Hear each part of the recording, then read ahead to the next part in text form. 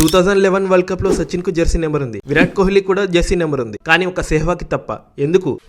దీని వెనకాల ఒక ఫన్నీ క్రేజీ స్టోరీ ఉంది. వీరేంద్ర సెహ్వాగ్ తన కెరీర్ స్టార్టింగ్ లో ఒక స్పిన్ బౌలర్ ప్లేస్ లో ఆడే అవకాశం వచ్చింది. సో అతని 44 నెంబర్ ఉన్న జెర్సీని వేసుకుని ఆడటం మొదలు పెట్టాడు వీరేంద్ర సెహ్వాగ్. కానీ బ్యాడ్ పర్ఫార్మెన్స్ వల్ల సెహ్వాగ్ ను టీం నుండి పక్కన పెట్టేశారు. ఈసారి సెహ్వాగ్ మదర్ ఒక ఆస్ట్రాలజర్ సలహాతో 46 నెంబర్ ఉన్న జెర్సీని వేసుకోమని చెప్పడంతో అదే నెంబర్ జెర్సీని వేసుకుని ఆడటం మొదలు పెట్టాడు. అయినా సెహ్వాగ్ ఫామ్ బాగవలేదు. ఈసారి సెహ్వాగ్ వైఫ్ 2 నెంబర్ జెర్సీని సజెస్ట్ చేసింది. సో సెహ్వాగ్ 2 నెంబర్ జెర్సీతో ఆడటం మొదలు పెట్టాడు. దీనితో జెర్సీ నెంబర్ విషయంలో అత్తా కోడలిద్దరికి గొడవలు అవుతుండడంతో ఇద్దరిని హర్ట్ చేయడం ఇష్టం లేక సెహ్వాగ్ జెర్సీ నెంబర్ లేకుండానే ఆడటం మొదలు పెట్టాడు.